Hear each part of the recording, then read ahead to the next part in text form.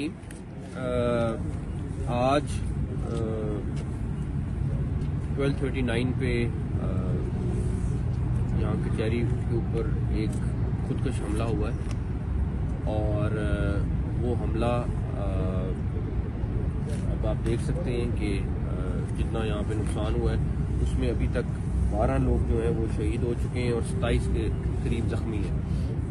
ज़ख्मियों का हम इलाज ऑलरेडी कर रहे हैं, हमारी टीम ऑलरेडी हॉस्पिटल में मौजूद है और जो बेस्ट फैसिलिटी दे सकते हैं दे रहे हैं। और प्राइम मिनिस्टर खुद भी अभी हॉस्पिटल वालों से वो भी बात कर रहे थे और उनको कह रहे थे कि जो लोग ज़ख्मी हैं उनका जितना हम इलाज करा सकते हैं कराएं। ये बंदा जो है ये तकरीबन 10 से 15 मिनट के दरमियान 12 मिनट के करीब ये यहाँ पे आके खड़ा रहा है और वो देखता रहा है। पहले उसने कचहरी में अंदर जाने की कोशिश करने का प्लान कर रहा था बिकॉज वो वेट कर रहा था कि किस टाइम जाएगा।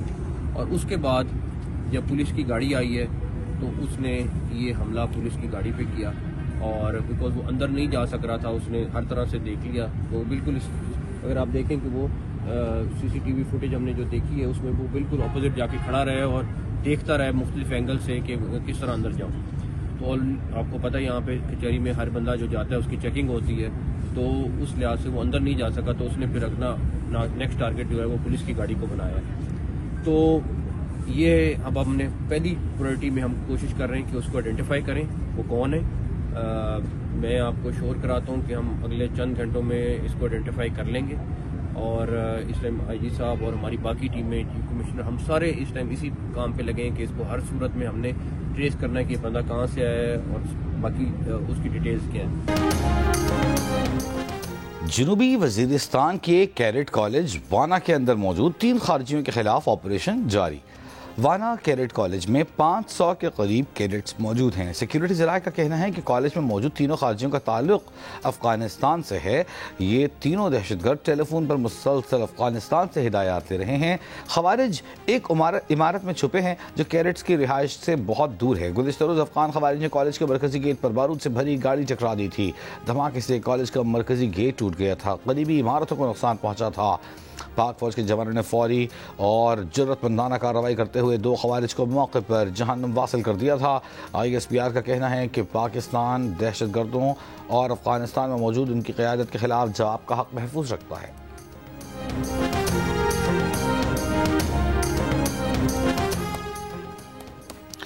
इस्लामाबाद G11 कचहरी के बाहर हिंदुस्तानी स्पॉन्सर्ड अफगान तालिबान की प्रॉक्सी फितनतुल खवारिज का खुदकुश धमाका। खुदकुश हमले में 5 अफराद शहीद, 21 जख्मी। धमाके की जगह से खुदकुश हमलावर का सर मिल गया। खुदकुश धमाके के बाद बाइस अदालत आए कई वकील और साइलिन जख्मी। इलाके को कॉर्डन ऑफ कर दिया गया। Pakistan must understand the lasting peace can only be realized by reining in TTP and other terrorist groups operating from Afghan territory.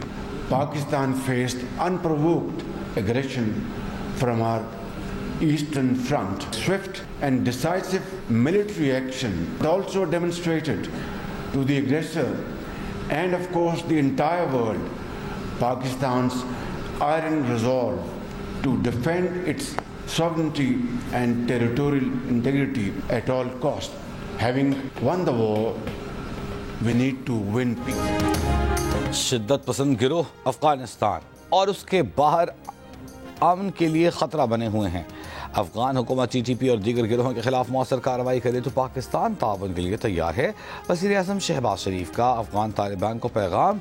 Islamabad में बैनुल-अक़वामी स्पीकर्स कॉन्फ्रेंस से खिताब में कहा, गुज़िश्ता माह अफगान सरजमीन से पाकिस्तानी चौकियों पर हमले हुए जिनका ठोस और फैसला कुन जवाब दिया गया। वज़ीर आज़म ने कहा कि मशरक़ी सरहद से बिला इश्तिहाल जारहियत पर हमारी मुसल्लह अफवाज ने हमेशा बेहतरीन पेशेवराना कारकर्दगी से दुश्मन के अज़ाइम नाकाम बनाए। दुनिया को दिखा दिया कि पाकिस्तान अपनी खुद मुख्तारी और इलाकाई सालमियत के तहफ़्फ़ुज़ के लिए हर कीमत अदा करेगा। वज़ीर आज़म का कहना था कि पाकिस्तान आलमी शराकतदारों के साथ मिलकर मालियाती इस्लाहात ला रहा है। इस्लामाबाद में जारी 2 रोज़ा बैनुल पार्लिमानी स्पीकर्स कॉन्फ्रेंस में शिरकत के लिए अज़रबैजान, उज़्बेकिस्तान, कीनिया, फ़लस्तीन और नेपाल के पार्लिमानी वफूद भी शरीक हैं।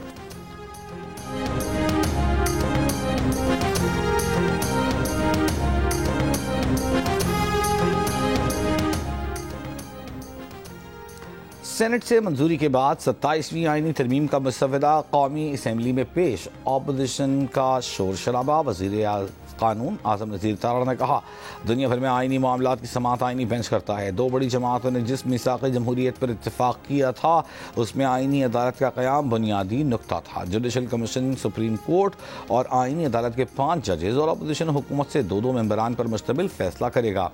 अगर कमीशन के हुक्म पर जज कहीं जाने से इनकार करता है तो वो रिटायर तस्वुर होगा। सूबों के मामलात, आईनी मुकदमात आईनी अदालत देखेगी। अगर ये तरमीम पास होती है तो मौजूदा चीफ जस्टिस ही आईनी कमीशन और इदारों की सरबराही करेंगे। फौज का एक किरदार है। जब भारत ने हमला किया तो इस ऐवान ने देखा कि भारत के खिलाफ सब मुत्तहिद हो गए। आर्मी चीफ की अपॉइंटमेंट आर्मी एक्ट के तहत होती है। फील्ड मार्शल एक रैंक है जो बहुत से ममालिक में है। ये एजाज़ ताहयात रहता है। गुज़िश्ता रोज़ सेनेट ने 2/3 अक्सरियत से 27वीं तरमीम की मंजूरी दी थी।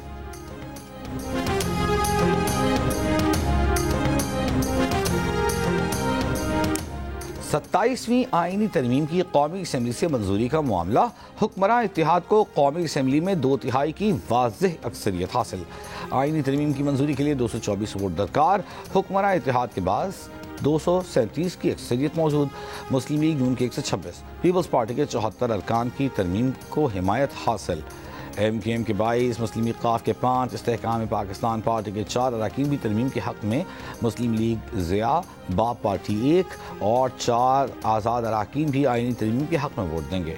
हुक्मरान इत्तेहाद में शामिल नेशनल पार्टी का आईनी तरमीम के हक़ में वोट न देने का फैसला।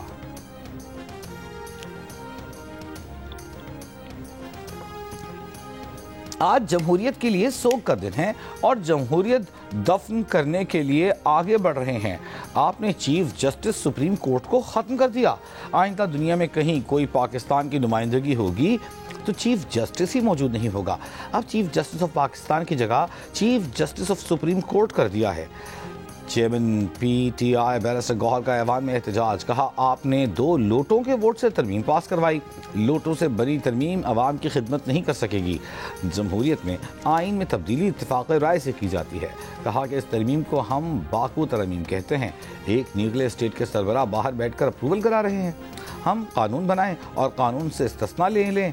क्या हम एक एलीट क्लास लेकर आएँ जो कानून से बालातर हो?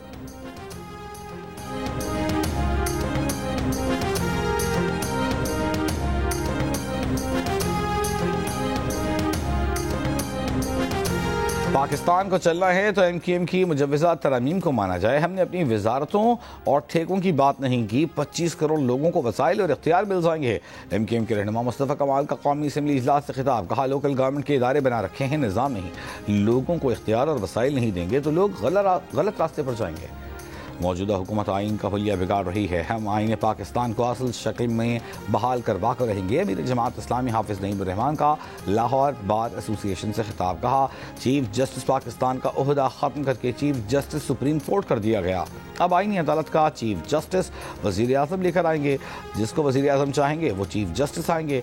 जुडिशल कमीशन में अक्सरियत हुकूमत की है। किसी शख्स को इस्तिस्ना देना आइन के मुनाफी है।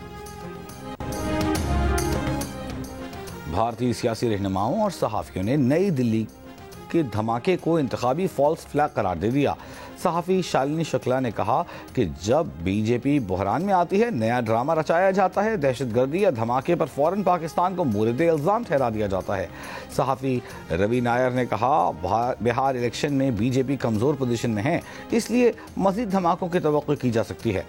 भारतीय सहाफ़ी ने कहा कि एहतजाज रोकने के लिए BJP हुकूमत का दिल्ली में शहरियों पर बम गिराना दहशतगर्दी है। कांग्रेस के रुकन पार्लियामेंट ने कहा कि ये धमाके बिहार इंतखाबात से काबिल का मुतवक्किल सियासी इक़दाम था। सोशल मीडिया सारिफिन के भी BJP पर सियासी मुफाद के लिए फॉल्स फ्लैग ऑपरेशन के इल्ज़ामात। साबिक़ RSS रहनुमा यशवंत शिंदे के अदालती हल्फिया बयान का हवाला दोबारा ज़ेर बहस है। नई दिल्ली में लाल किला मेट्रो स्टेशन के करीब गाड़ी में धमाके से 10 अफराद हलाक और 24 जख्मी हुए।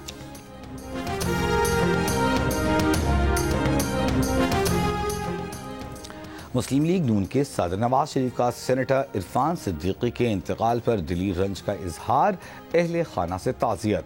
कहा, इरफान सिद्दीकी की वफात एक मुखलिस, बाएतिमाद और वफा शियार और अजीज़ भाई का बिछड़ जाना है जिसकी कमी पूरी नहीं हो सकती। इरफान सिद्दीकी से मोहब्बत का रिश्ता था, वो अपना गम अल्फाज में बयान नहीं कर सकते। नवाज शरीफ का कहना था कि इरफान सिद्दीकी एक मुनफरिद लिखारी, आजिज़ मिजाज और रोशन दिमाग शख्सियत थे। उनका कलम हमेशा उसूल और हुर्रियत फ़िक्र की दलील बना रहा। इस्लामाबाद हाई कोर्ट ने 190 मिलियन पाउंड केस में फैसले देने वाले सेशन जज की तैनाती रोकने की दरख्वास्त पर फैसला महफूज कर लिया। चीफ जस्टिस सरफराज डोगर ने कहा, दलाइल सुन लें, हम इस पर ऑर्डर जारी कर देंगे। 22 साल बाद मामला अदालत लाने से आपकी बदनीयती जाहिर होती है। इजाज़त नहीं दे सकते कि जब मर्जी हो दरख्वास्त दायर कर दें, जब मर्जी हो ना करें। वकील दरख्वास्त गुजार ने कहा, टाइम बार्ड की बात अलग है। मामला अक्टूबर 2025 में मीडिया पर हाईलाइट हुआ। अदालत ने कहा, चले देख लेते हैं, आपको सुन लिया है, हम इस पर ऑर्डर करेंगे। महकमा तहफ़्फ़ुज़ माहौलियात के मुताबिक अब बस स्टैंड से कोई बस बगैर फिटनेस के नहीं निकलेगी। लाहौर के खारजी और दाखिली रास्तों पर तैनात फोर्स धुआं छोड़ने वाली गाड़ियों के खिलाफ कार्रवाई करेगी। मोटरवे पर धुआं छोड़ने वाली गाड़ियों पर नजर रखने के लिए चेकिंग पॉइंट्स मुकर्रर किए जाएंगे। लाहौर हाई कोर्ट का हुक्म, स्मॉग के तदारुक के लिए दायर दरखास्तों का तहरीरी फैसला जारी। LDA को सड़कों की बहाली के लिए जल्द अज जल्द इक़दाम करने और तामीराती कामों से फैलने वाले गर्दो गुबार की रोकथाम के लिए SOPs पर अमल दरामद करवाने की हिदायत।